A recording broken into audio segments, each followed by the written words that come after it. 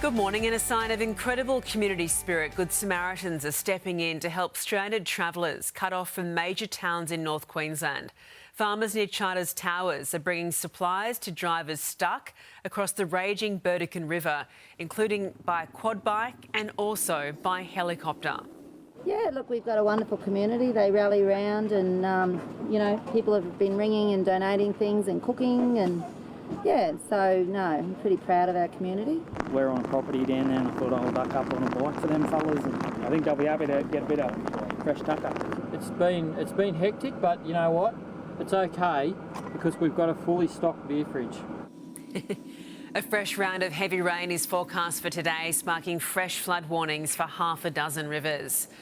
A wake-up call has been handed to the Albanese government, with voters sending a stark warning to Labor, deserting the party in two state by-elections in Victoria. While voting is still too close to call, Labor is now at risk of losing its Werribee stronghold, held by the party since 1979. There is one person that Australians are looking to, and Peter Dutton is that person. It's an ominous sign for the Prime Minister and Victorian State Premier Jacinta Allen, with WA Labor Premier Roger Cook also firmly watching ahead of their state election on March 8th. A fresh search has been announced for the remains of Adelaide's missing Beaumont children, sparking fresh hopes for a breakthrough in one of the country's most enduring mysteries. Investigators have long suspected their bodies may be buried at a former factory site at North Plumpton. The justice for us has always been finding the children and finding out what happened to them. The children disappeared from Glenelg Beach in 1966 and excavations will begin there next week. There's relief for communities in Victoria's west, with the bushfires in the Grampians and Little Desert finally contained. Both blazes started as a result of dry lightning on January 27th. At Little Desert in the state's northwest, 95,000 hectares were burnt. In the Grampians, residents were forced to evacuate and 4 homes were destroyed. Authorities are now on alert for strong winds and hot weather in the days ahead. Residents in WA's north are being warned to prepare as a potential cyclone closes in between Broome and Port Hedland. It comes as a tropical low begins to strengthen off the coast.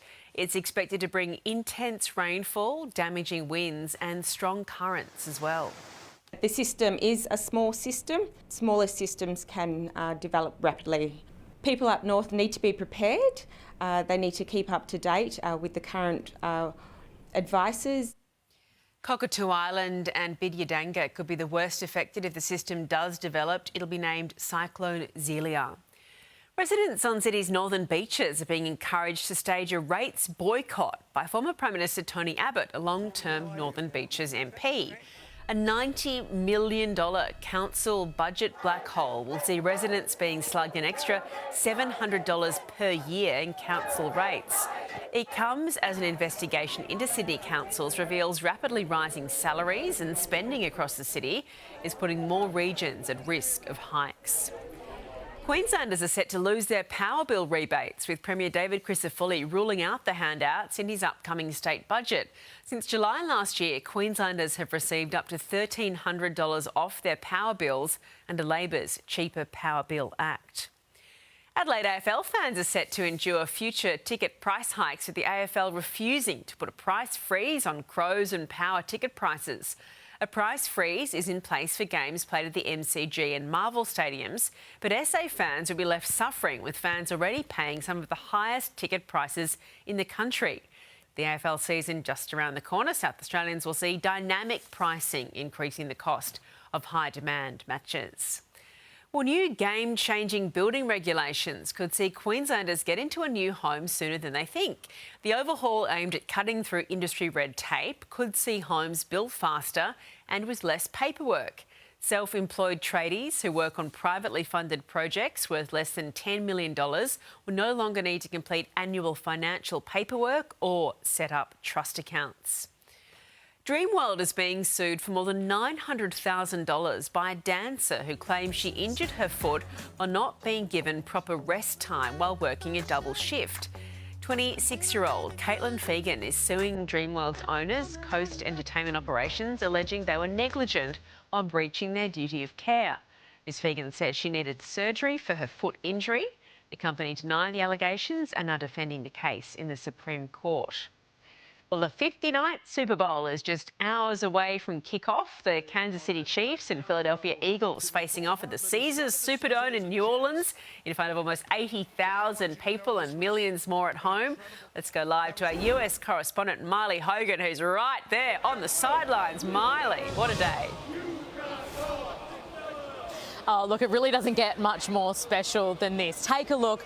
We're here on the sidelines. The field is ready. Soon fans are going to start streaming in here to Caesars Superdome. And those tickets are not cheap. The average price is $12,000.